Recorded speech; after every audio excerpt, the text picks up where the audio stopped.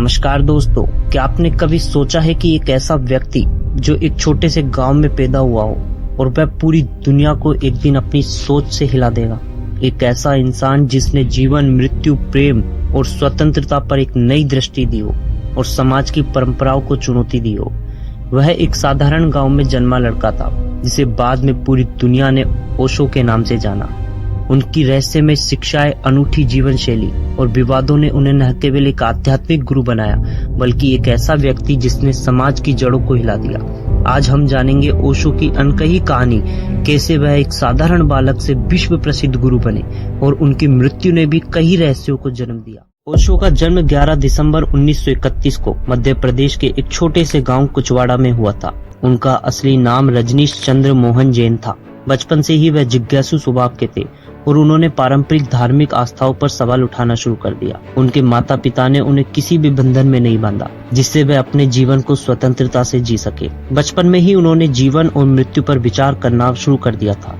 उनकी दादी के साथ उनके संबंध बड़े ही गहरे थे और यही वह समय था जब उन्होंने ध्यान और आंतरिक शांति की ओर पहला कदम उठाया। रजनीश की शिक्षा जबलपुर में हुई थी, जहां उन्होंने दर्शन शास्त्र में स्नातक और स्नातकोत्तर की डिग्री प्राप्त की। वे पढ़ाई के साथ साथ समाज की परंपराओं और मान्यताओं को चुनौती देने लगे। उनका मानना था कि धर्म, समाज और परिवार हमें बंधनों में बांधता है और स्वतंत्र रूप से सोचने की क्षमता को दबा देता है। उन्होंने कॉलेज के दिनों में ही अपने पहले प्रवचन देना शुरू कर दिया था, जहां वे गहरी और जटिल आध्यात्मिक और दार्शनिक विषयों पर बात किया करते थे। यह समय था जब उन्होंने एक नया नाम अपनाया, आचार्य रजनीश। यहीं से आचार्य रजनीश का आध्यात्मिक गुरु बनने का सफर शुरू हुआ। 1960 के दशक में रजनीश ने पूरे भारत में प्रवचन देना शुरू कर दिया। उनके प्रवचन पारंपरिक धर्म के खिलाफ हुआ करते थे, जिसमें उन्होंने यह बताया कि कैसे धर्म हमें स्वतंत्र सोचने और जीने से रोकता है। उनका मुख्य संदेश था स्वतंत्रता, प्रेम और जागरूकता। 1970 में उन्होंने अपने ही अनुयायियों को डायनामिक मेडिटेशन सिखाई, एक अनूठी ध्यान विधि है। इसी समय उन्होंने अपने अनुयायियों से कहकर खुद को भगवान श्री रजनीश कहना शुरू कर दिया। उन्होंने पुणे में एक आश्रम भी स्थापित किया, जहां दुनिया भर से लोग ध्यान सीखने और उनकी शिक्षाओं को समझने के लिए आने लगे। उनकी जीवन शैली हमेशा से चर्चा में रही। ओशो ने खुले तौर पर विलासितापूर्ण जीवन जिया, जो अन्य साधुओं और गुरुओं से बिल्कुल ही अलग था। उनकी लाइफस्टाइल में रोल्स रॉयस कारें, महंगे कपड़े और बहुस्तरीय सुरक्षा शामिल थी।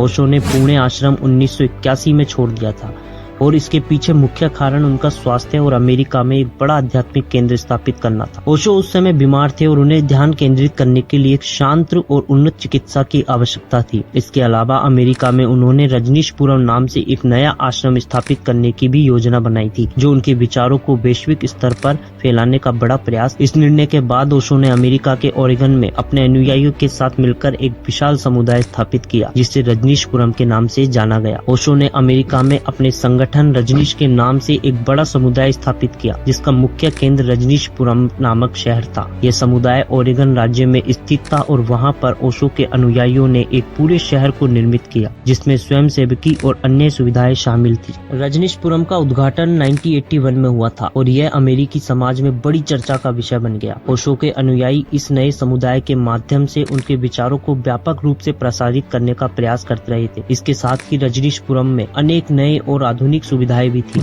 जिन्हें लोग देखकर आश्चर्य और बड़ी प्रेरणा महसूस भी किया करते थे। इसके अलावा ओशो ने अपनी व्याख्याओं में अमेरिकी समाज, संस्कृति, राजनीति, धर्म और सामाजिक समस्याओं पर अनोखे और विचारशील प्रकार से टिप्पणी की, जिससे लोगों में दिलचस्पी और विचारशीलता उत्पन्न होने लगी। इन सभी कारणों से ओशो और उनके रजनीशपुरम समुदाय का अमेरिकी अनुयायी में एक अलग ही स्थान था, लेकिन ऐसा ज्यादा समय तक नहीं रहा और यह समुदाय और ओशो जल्दी ही विवादों का केंद्र बन गया। ओशो और उनके अनुयायी पर अमेरिकी सरकार से टकराव के आरोप लगे, जिसमें अस्थायी वीजा, चुनाव में धांधली और जहरीले पदार्थ फैलाने के मामले भी शामिल थे। उनकी मुख्य शिष्या मां आनंद शीला पर इन विवादों को बढ़ाने का आरोप लगाया गया। शीला का दावा था कि ओशो इन गतिविधियों से अनजान थे, लेकिन इसमें ओशो के प्रतिष्ठान को गहरा धक्का लगा।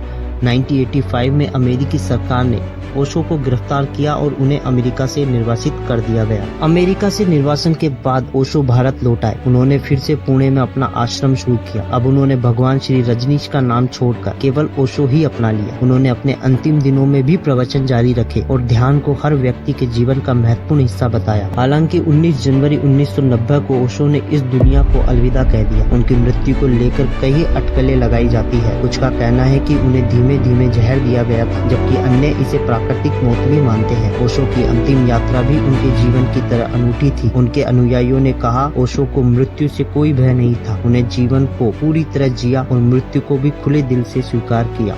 ओशो की विरासत उनके अनुयायियों और उनकी अनूठी शिक्षाओं में जीवित है।